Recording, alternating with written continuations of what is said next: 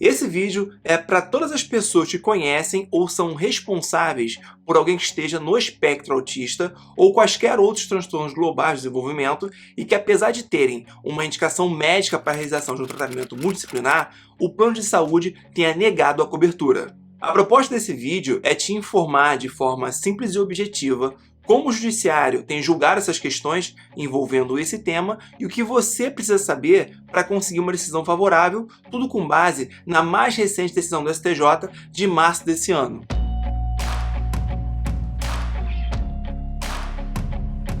Fala, meus amigos, beleza? Para você que chegou agora por aqui, muito prazer. Eu sou o Rodrigo, aqui do meu lado está a Mônica, minha esposa, e esse é o Direito com Limão, o nosso canal de educação jurídica popular que tenta te explicar direitos e deveres com simplicidade, com leveza e com bom humor. O vídeo de hoje é uma sugestão da nossa querida amiga Andréia, cujo filho foi recentemente diagnosticado como no espectro autista. Ele está sendo acompanhado por um neuropediatra que indicou um tratamento multidisciplinar com a participação de fonoaudiólogo, psicólogo e terapeuta ocupacional. Mas o plano de saúde negou o pedido de reembolso da Andréia porque ele oferece uma clínica especializada na sua rede credenciada. Sendo que o detalhe é que essa clínica ela fica muito longe da casa dela, tipo em outro município. Dessa forma, tendo em vista que esse assunto ele pode ser do interesse de muitas outras famílias que estejam nessa mesma situação, a gente resolveu produzir um vídeo simples e objetivo, esclarecendo os principais pontos relacionados ao tratamento multidisciplinar, mas com especial destaque para a recente decisão do STJ, de agora de março, que foi a primeira decisão após essa nova lei de setembro de 2022, que alterou para constar, na lei do plano de saúde, expressamente que o rol da ANS é exemplificativo. Mas fica tranquilo que eu vou te explicar tudo devagarinho para você poder entender. A ANS é a agência reguladora dos planos de saúde aqui no Brasil, sendo que uma das suas atribuições é a elaboração de uma lista de procedimentos que devem ser obrigatoriamente autorizados e custeados pelas operadoras de plano de saúde. Essa lista de procedimentos ela é muito conhecida como o rol da ANS, e até pouco tempo atrás havia uma grande incerteza se os planos de saúde somente deveriam custear os procedimentos que estavam nessa lista ou se eles também deveriam arcar com qualquer tratamento que fosse prescrito por um médico, mesmo que fora dessa lista. Aproveitando esse começo de conversa, é importante explicar para você que o tratamento multidisciplinar, que é o principal assunto desse vídeo, é um tipo de abordagem em que profissionais de diferentes áreas da saúde trabalham em conjunto para tratar um paciente. Esse tipo de tratamento ele é normalmente utilizado em condições de saúde complexas, onde é necessário um olhar mais abrangente e integrado desses profissionais na abordagem de diversos aspectos para a promoção da saúde da pessoa. Pela fonte que a gente consultou, essa estratégia de tratamento ela é especialmente importante para lidar com transtornos globais de desenvolvimento, sendo indicada desde muito cedo para que o paciente ele consiga se desenvolver como pessoa, exercitar habilidades para a vida em sociedade e, na medida do possível, ter uma vida autônoma. Acontece que já há algum tempo o Poder Judiciário ele tem decidido que cabe ao médico assistente, que é aquele responsável pelo acompanhamento do paciente, prescrever o tratamento que ele considere como sendo o mais adequado para o caso, inclusive o multidisciplinar. Então, o que a gente tinha na jurisprudência, que são as decisões dos tribunais pelo país, é que quando o tratamento ele era prescrito pelo médico e estava no rol da ANS, o plano de saúde ele não tinha o que discutir, ele tinha que cobrir esses custos. Porém, o que a gente via nos processos é que a tese dos planos de saúde era no sentido de que haveria uma limitação de sessões por ano e que, além disso, se houvesse uma clínica ou profissional credenciado, o paciente ele deveria obrigatoriamente ser atendido por essas pessoas e não pelo profissional que o paciente escolhesse para o tratamento de acordo com a relação de confiança. Ou seja, nesses dois casos, o plano de saúde ele negava o reembolso e aí discutia essa questão no judiciário. Mas a questão é que o STJ ele já tinha decidido que a cláusula que limitava as sessões ela era abusiva e que, a depender do caso concreto, o paciente poderia sim ser atendido fora das clínicas credenciadas, principalmente quando não fosse oferecido o serviço no município onde o consumidor reside, e em casos de urgência ou emergência, ou mesmo em situações específicas que justificassem essa exceção, mas aí deveria ser analisado caso a caso.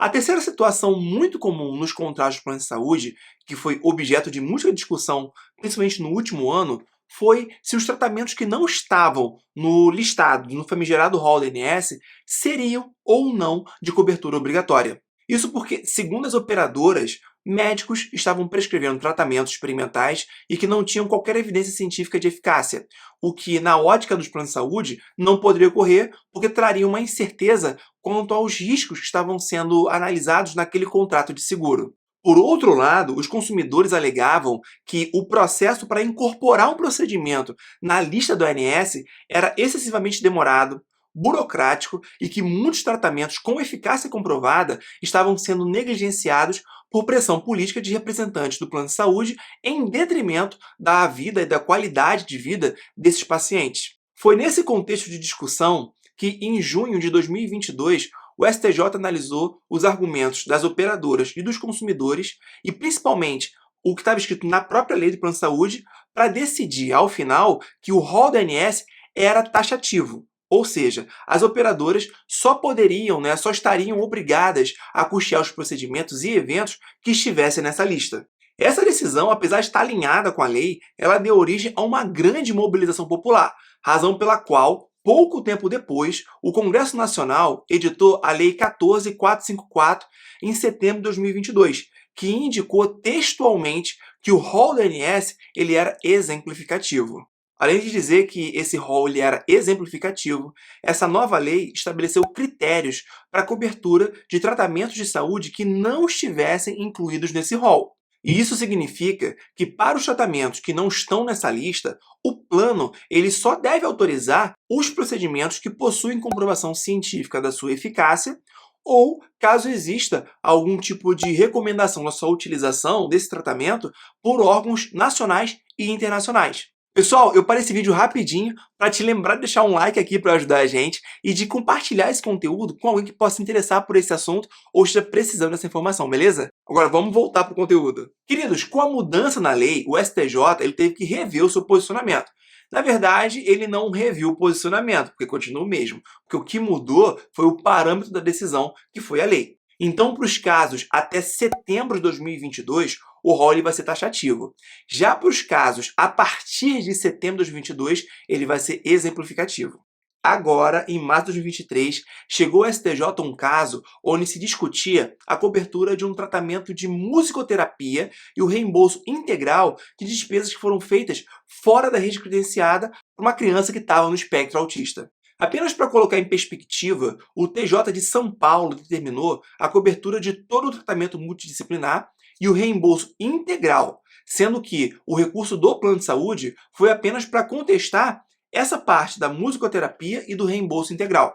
Nesse julgamento foi pontuado pela ministra Nancy Andrighi com relação à musicoterapia que ela foi incluída na Política Nacional de Práticas Integrativas e Complementares do SUS e que o musicoterapeuta foi reconhecido como uma ocupação pelo Ministério do Trabalho, preenchendo dessa forma os requisitos legais para que as sessões de musicoterapia, quando forem, obviamente, prescritas por um médico assistente e realizadas por um profissional de saúde habilitado, fossem cobertas pelo plano. Já com relação ao reembolso, foi esclarecido que ele pode ser parcial ou integral, sendo que o fato determinante vai ser a conduta da operadora do plano de saúde. Deixa eu explicar melhor. A regra geral é que o reembolso seja parcial, respeitando, obviamente, os limites estabelecidos no contrato, na linha do que determina o artigo 12, inciso 6, da Lei 9656, que é a Lei do Plano de Saúde. Dessa forma, vai ser devido o reembolso parcial, por exemplo, se não existir profissional ou clínica especializada no município do paciente,